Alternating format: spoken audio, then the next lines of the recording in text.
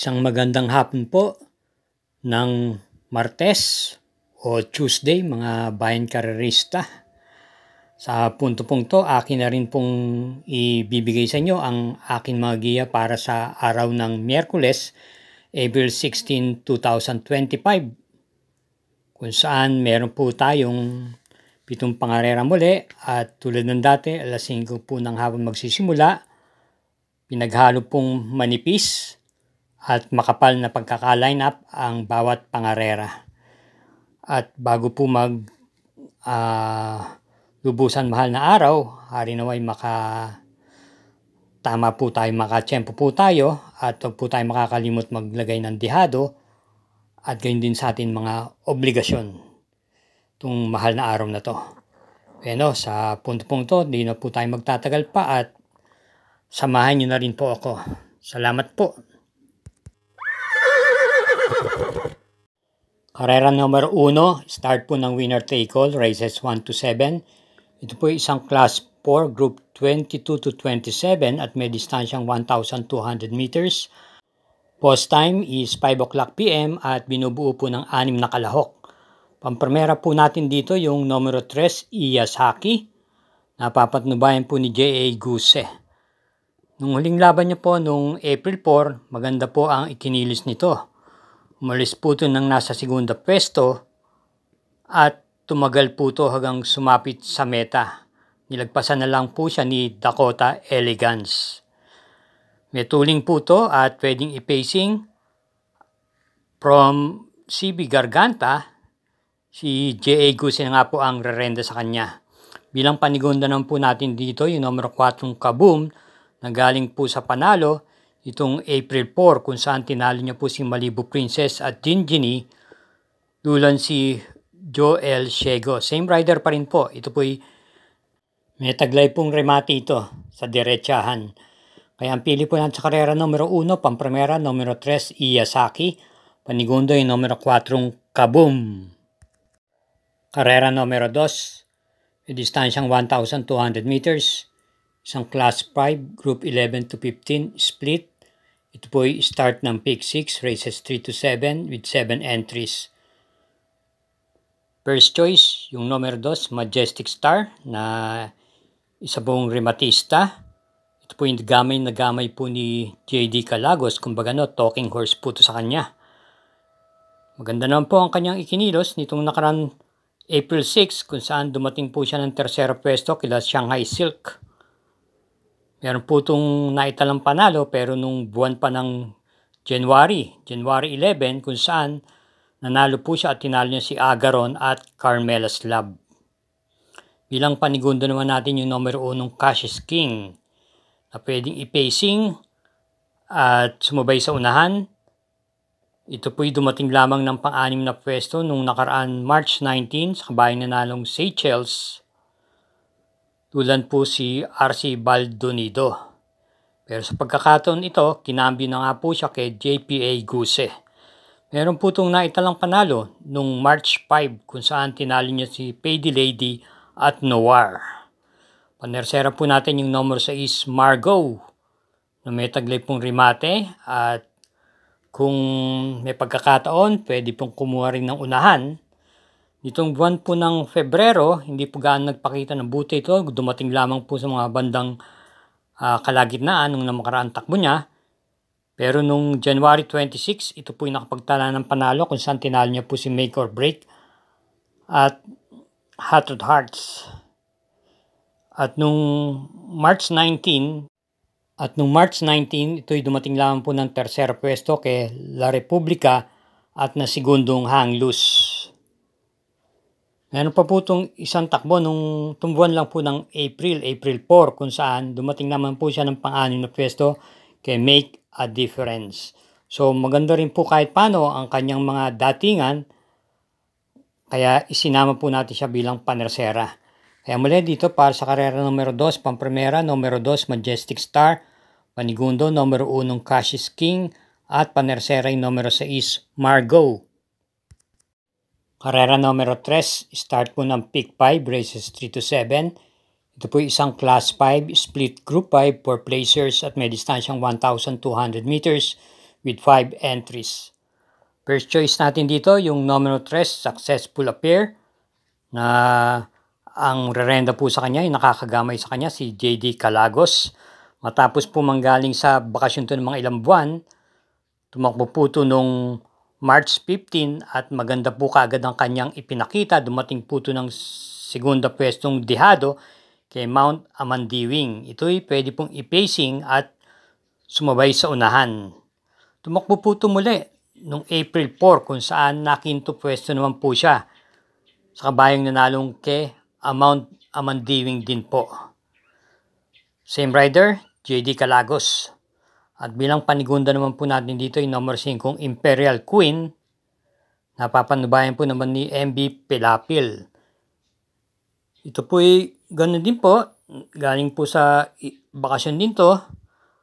At dumating lamang po ito ng mga pang-5 o pang-4 na pwesto, yung mga nakahuling laban niya. Ang pinakahuli po ay nung April 4 kung saan na pang-5 pwesto lamang po siya pagdating sa meta sa kabayang nanalong Angyare. Pwede po itong i-pacing at iparimate. At isa pa niyang takbo ay nung March 22 naman kung saan dumating po ito ng 4th pwesto kay Makarit. Kaya para rito sa karera numero 3, pampremera yung numero 3, Successful Affair, at panigundo yung numero 5, Imperial Queen. Karera numero 4, start po ng peak 4, races 4 to 7, distance 1,200 meters, isang class 5, group 11 to 15 split, at binubuo po ng 7 kalahok to. Pampremera po natin dito yung isa sa debukang kabayong numero 5, Bukawe River Town. Napapatnubayan po ni LA Aguila. May taglay na tuling. At may preba naman po to kung saan dumating po siya ng segunda pwesto noong March 22. Lulan po si LA Aguila.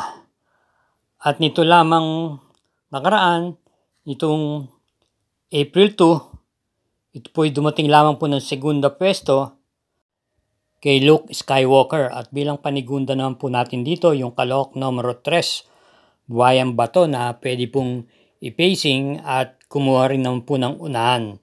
Ito po ay gamay na gamay din po ni M.A. Alvarez. Tumakbo po ito nung March 19 kung saan dumating lamang po siya ng 4th pwesto kay Instant Message. At meron naman po itong naitalang panalo nung buwan ng Pebrero, noong February 28, kung saan nanalo po ito at tinalo niya po si Flywheel at yung naterserang Gin Jenny. At bilang panersera po natin dito, isama po natin yung derimating numero 6, Isla Puting Bato, na baka po makapanood po ng bakbaka sa unahan dahil halos matutuling po yung mga kalaban niya rito. Malakas po ang rimatin to pag sapit po ng diretsahan. Ito naman po ay dumating lamang po ng 5th pwesto nitong April 9 kay My Diamond, JT Pabilican Romenda, at merong naitalang panalo nung March 15 kung saan tinalo niya po si Noble Touch at ng terserang Gin Jenny. Kaya para rito sa karera number 4, pampremera yung number 5 Bukawe River Town, panigundo yung numero 3 Buwayang Bato, at panersera yung numero 6 Isla Puting Bato. Akin lang pong pinapaalala mga masugid na taga-subaybay at katrokis. Huwag po natin kalilimutan na kaugaliin mag-subscribe. Pakishare na rin po itong video to at i-hit na rin po ang like button. Salamat po. Karera numero 5, may distansyang 1,200 meters. Ito po isang class 5, split group 6 to 10 at binubuo po ng 6 na kalahok. Ating pampremera, yung number 4 Tokyo Rumba, na sa akin palagay ay wala nang pong gaanong makakasabay sa kanya sa unahan dito maliban lang yung numero 5 Happy Julian na may taglay naman pong bilis at na ipipacing din po.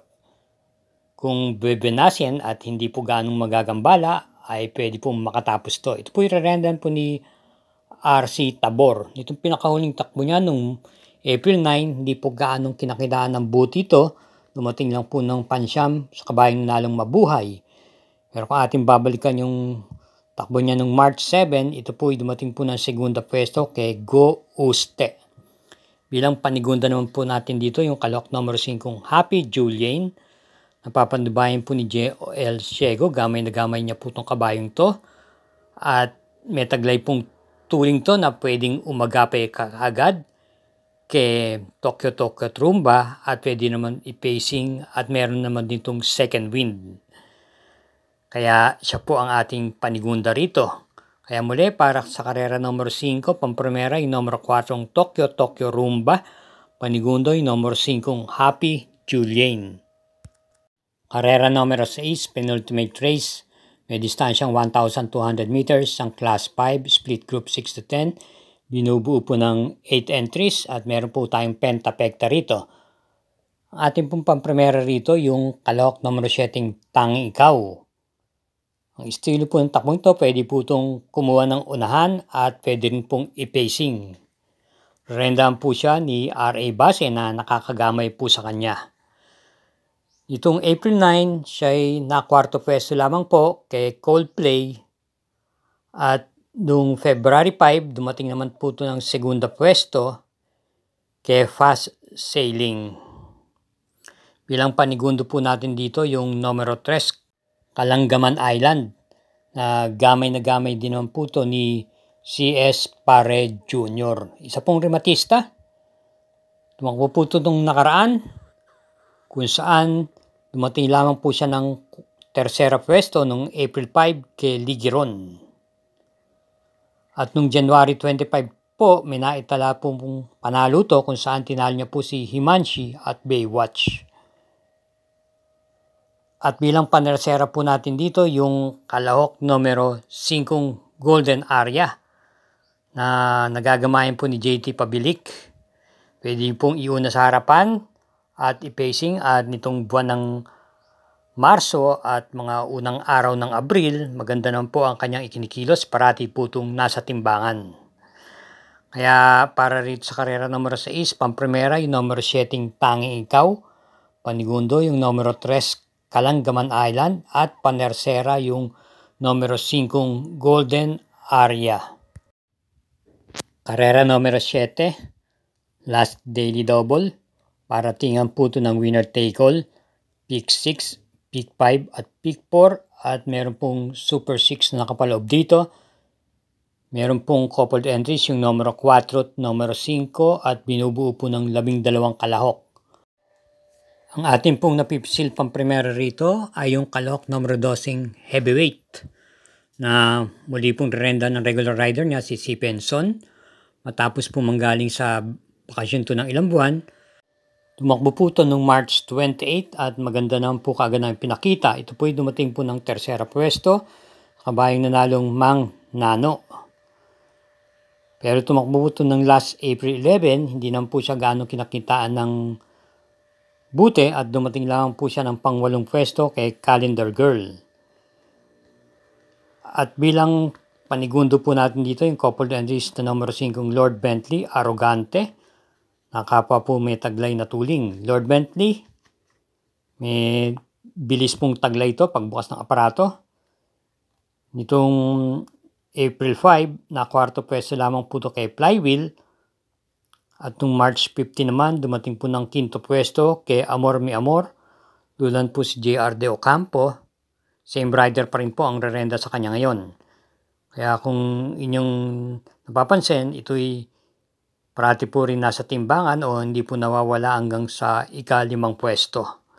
At yung couple entries niyang 5A na Arrogante, may tuling din naman. Pero lately po, ito'y natuturoan na rin pong isunod-sunod lamang.